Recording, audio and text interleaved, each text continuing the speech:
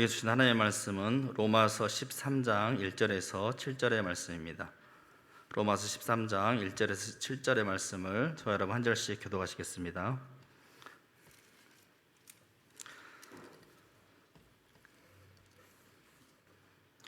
각 사람은 위에 있는 권세들에게 복종하라. 권세는 하나님으로부터 나지 않음이 없나니 모든 권세는 다 하나님께서 정하신 바라.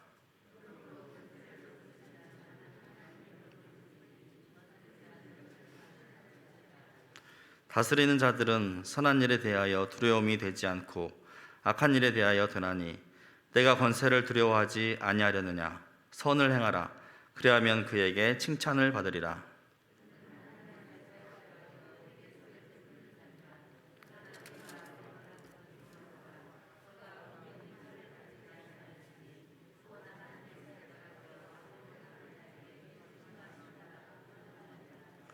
그러므로 복종하지 아니할 수 없으니 진노 때문에 할 것이 아니라 양심을 따라 할 것이라.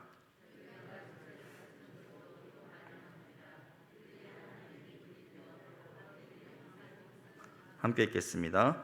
모든 자에게 줄 것을 주되 조세를 받을 자에게 조세를 바치고 관세를 받을 자에게 관세를 바치고 두려워할 자를 두려워하며 존경할 자를 존경하라. 아멘. 이 시간 어떤 권세에 복종해야 하는가라는 제목으로 김성진 전사님 말씀 전하실 때 많은 은혜 받으시기 바랍니다.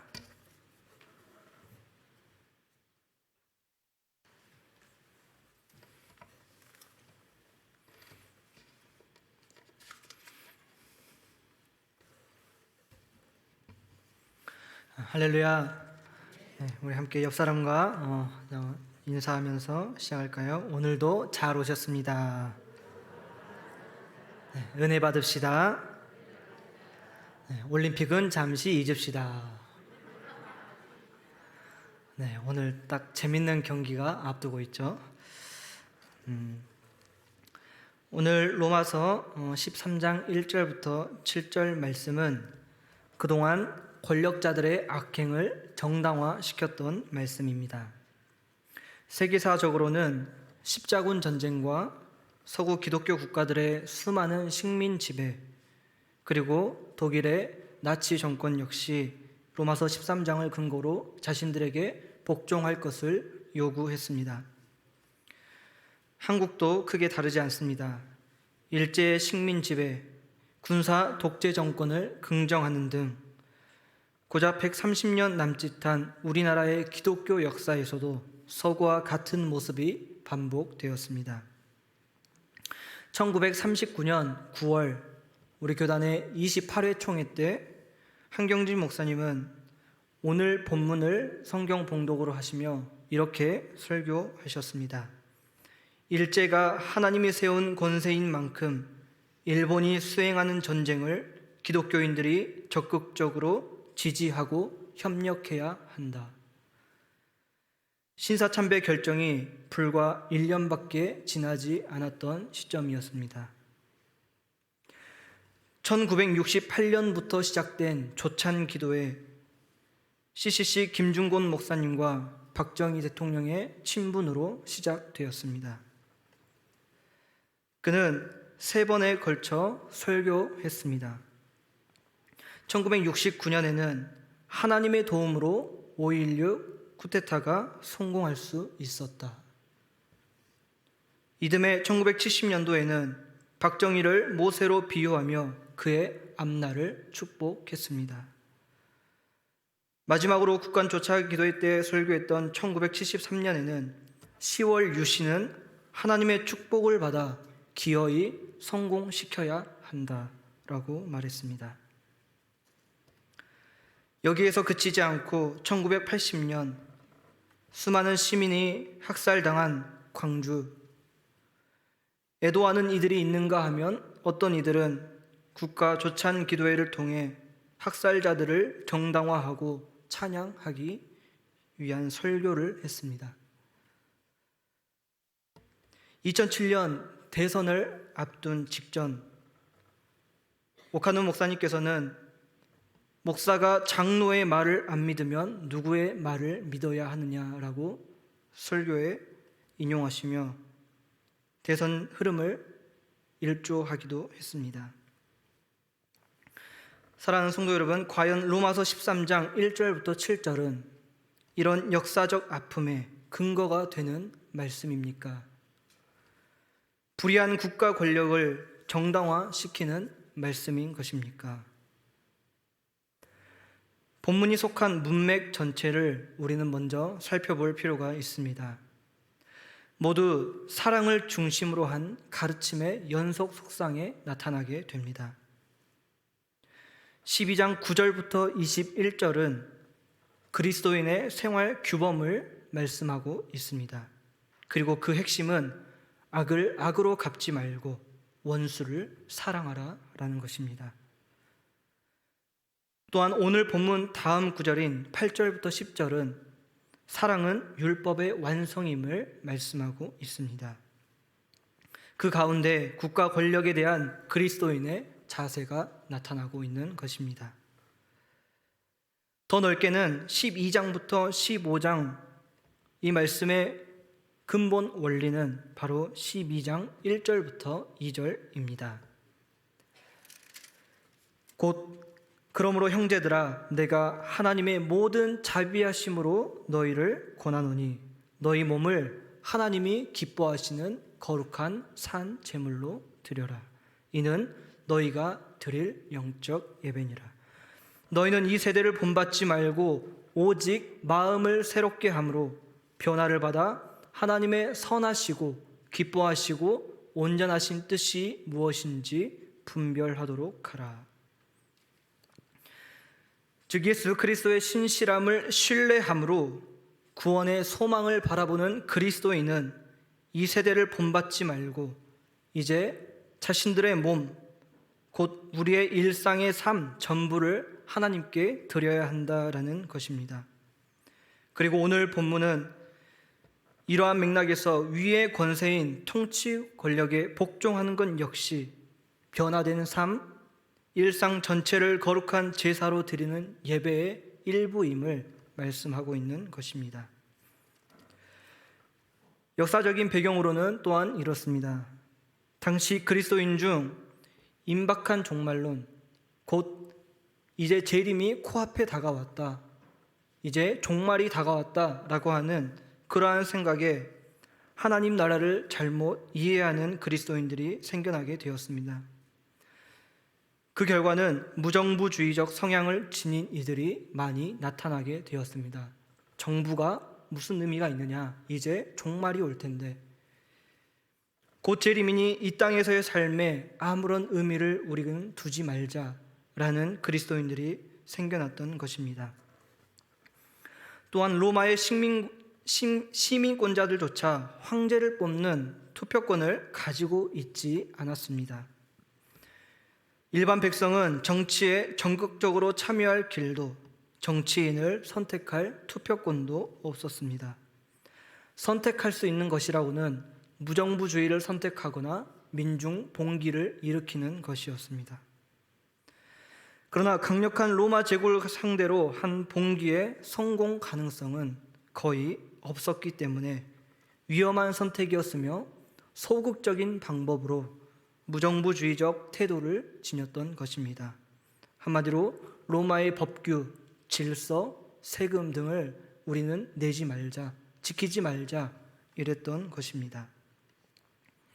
그러나 바울의 의도는 임박한 종말론과 하나님 나라에 대한 관심 때문에 무정부주의에 빠져 세상과 국가에 큰 의미를 두지 않는 이들에게 오늘 말씀을 통해 호소하고 있는 것입니다. 하나님 나라 백성이 된 이는 이 땅의 삶과 무관하지 않으며 정치와 사회 구조를 무시하거나 거기서 도망치면 안 된다. 오히려 세상 질서에 더욱 책임감 있는 자세를 가져야 할 것을 촉구했던 것입니다. 이러한 배경 안에서 바울은 말합니다. 각 사람은 위 권세에 복종하라. 왜 복종해야 합니까? 그 근거로 먼저 바울은 말합니다. 모든 권세는 하나님께서 세워주신 것이기 때문입니다.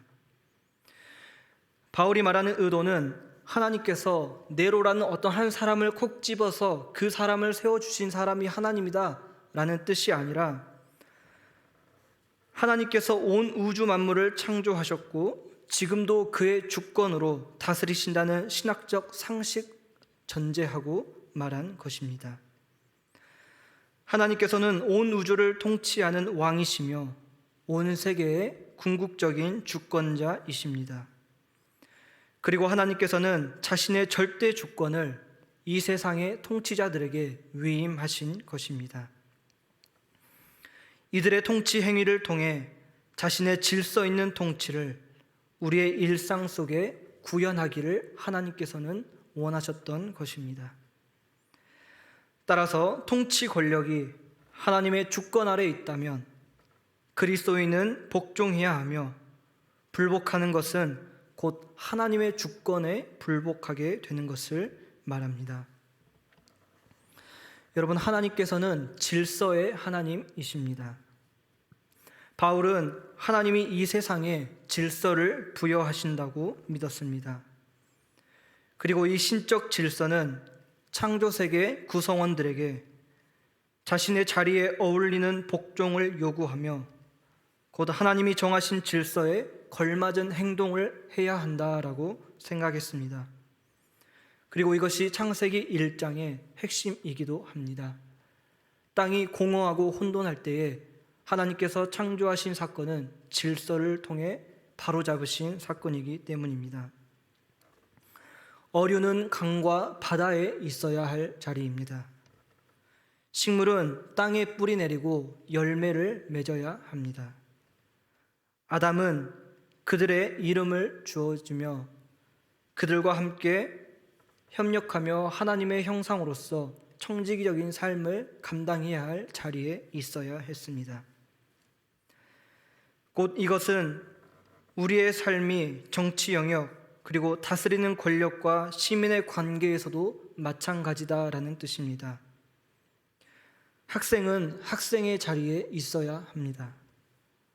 선생님은 선생의 자리에 있어야 합니다. 부모는 부모의 자리에 있어야 하며 자녀는 자녀의 자리에 있어야 합니다. 심지어 악한 권력도 국가가 제정한 기본적인 제도와 질서는 흘러가도록 합니다. 악한 권력이 옳다는 것이 아니라 바울은 무정부 질서, 곧 질서가 없는 사회는 오히려 더욱더 큰 파멸을 일으킨다라고 생각했습니다. 한 번쯤 영화를 통해 전쟁이 있거나 혹은 좀비가 나타나는 영화를 보면은 얼마나 사회가 질서가 무너지면 파멸이 일어나는지를 알고 계실 것입니다. 사사기도 말합니다. 그때에 왕이 없으므로 자기들 옳은 대로 행동했더라.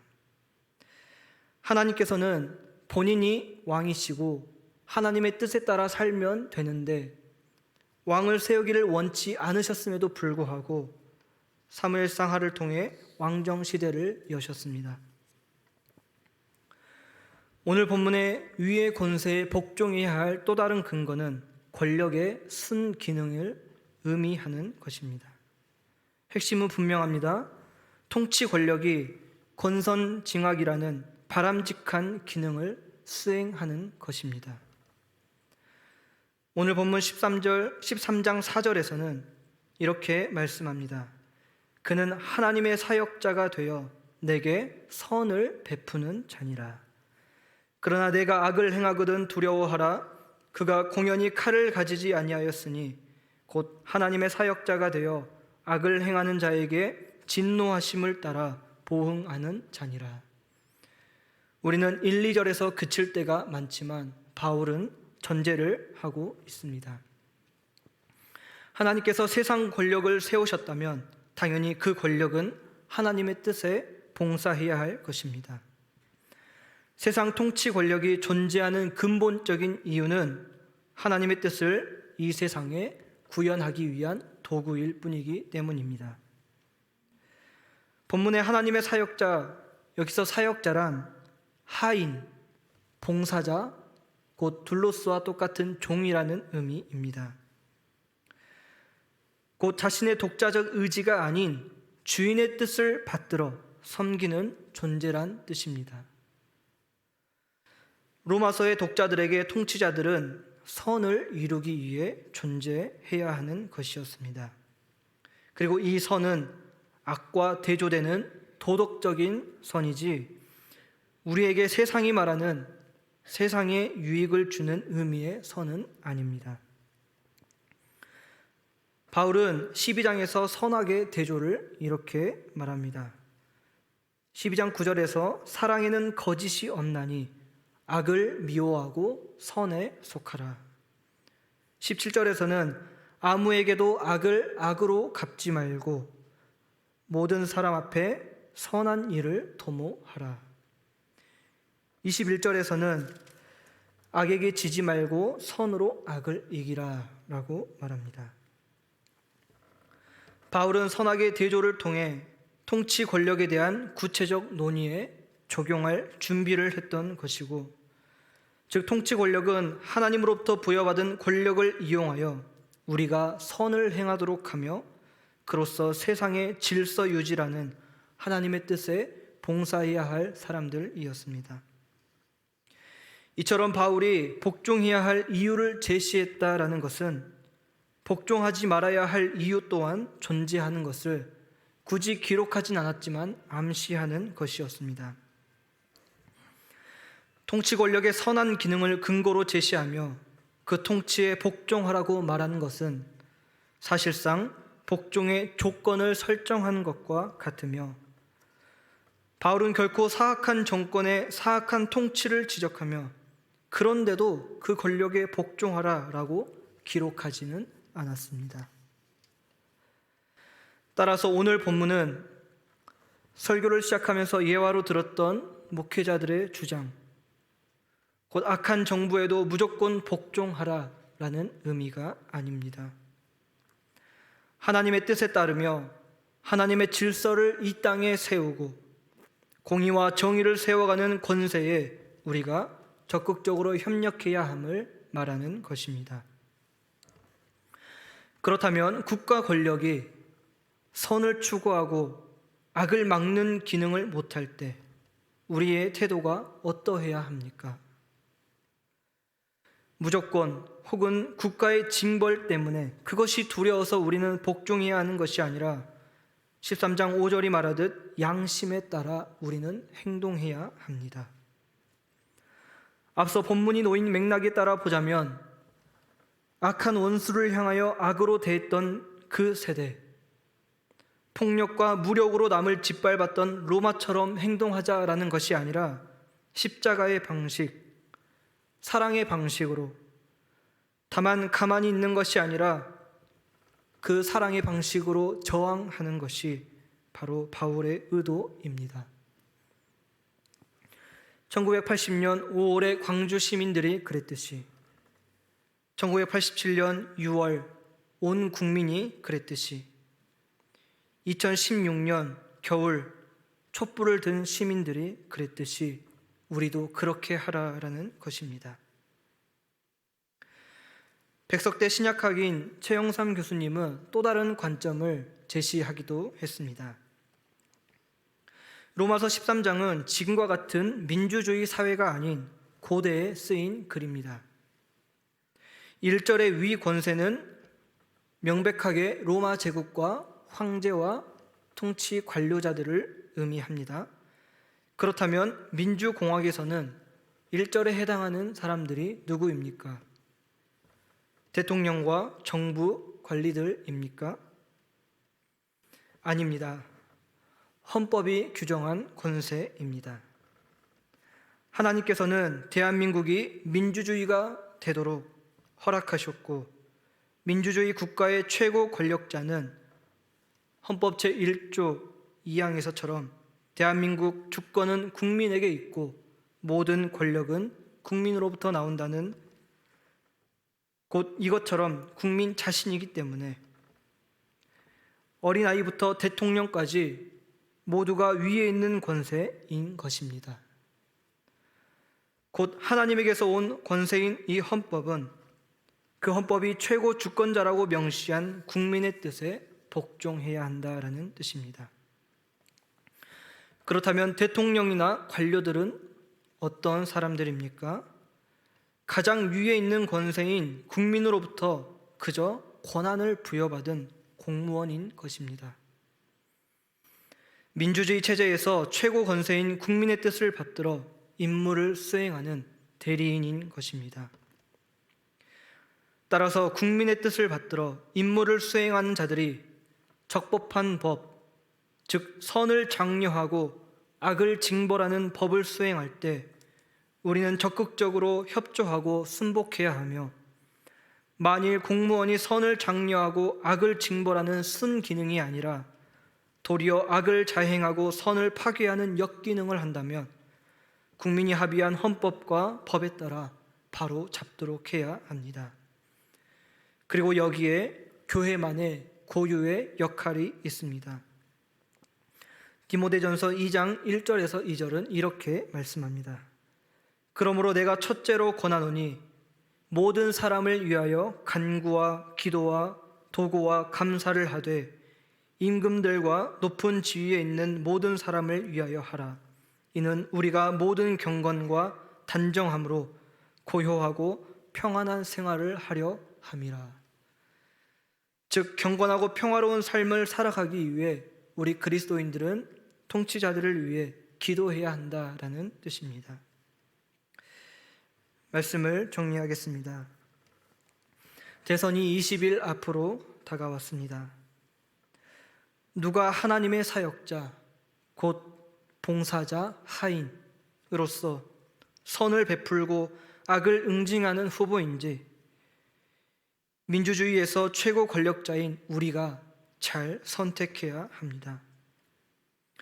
여러분, 우리는 일상에서 어떤 것을 선택할 때 많은 에너지를 쏟습니다. 물건 하나를 사더라도 잘 알아보고 우리의 시간을 투자하고 물질을 투자합니다. 하물며 오늘날 대선에도 우리의 수고와 노력이 들어가야 합니다. 그저 아무런 노력 없이 내 감정대로 선택하는 것이 아니라 누가 오늘 말씀처럼 하나님의 사역자로서 선을 장려하는지, 악을 응징하는 후보인지, 하나님의 공의와 정의를 행하는 후보인지를 찾는 노력이 필요하다라는 뜻입니다. 거짓과 불의의 시대, 진리와 정의를 찾아내고자 하는 여러분들이 되시길 간절히 소망합니다. 그리하여 악한 권세와 불의에 대하여 악이 아닌 사랑과 하나님의 정의를 가지고 나아가 하나님의 뜻이 세상에 이루어지도록 외치는 동부 가족들이 되시길 축복합니다. 기도하겠습니다. 거룩하신 하나님, 이 땅에